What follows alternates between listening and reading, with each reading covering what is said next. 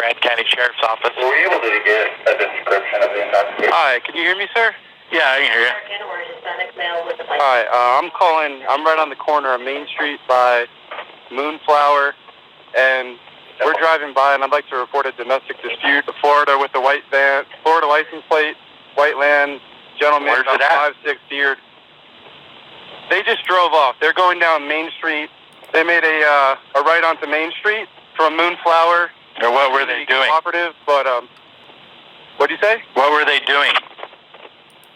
We drove by and the gentleman was slapping the girl. He was slapping her? Yes, and then we stopped. They ran up and down the sidewalk. He proceeded to hit her, hopped in the car, and they drove off. Okay, you said it's a white van?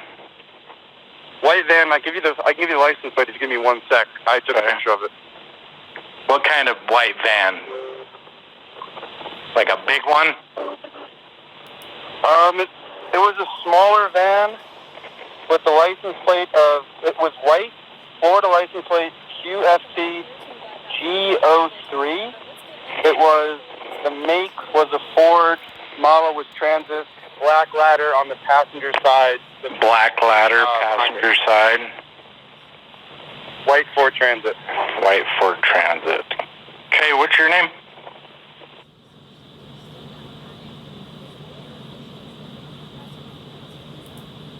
And where did they, so they headed south on Main Street from Moonflower Market? Correct, they made the right turn.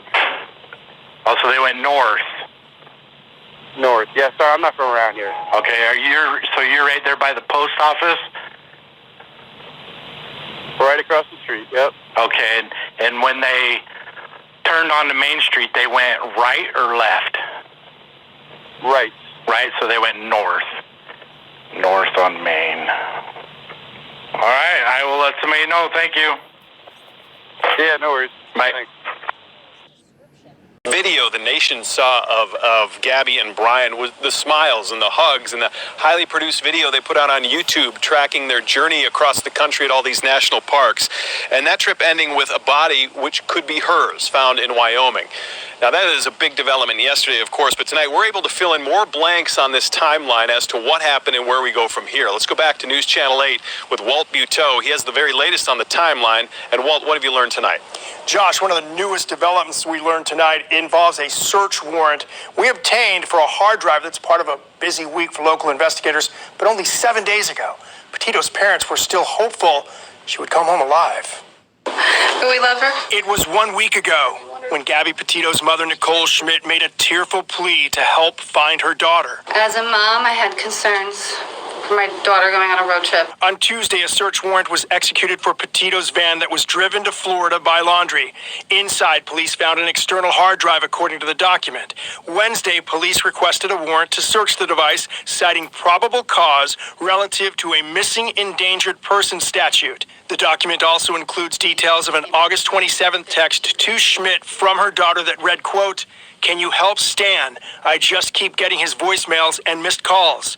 According to the document, Schmidt told police she thought the message was odd because her daughter never calls her grandfather Stan. On Thursday, body camera video was released showing the end of an August 12th argument between Petito and Laundrie.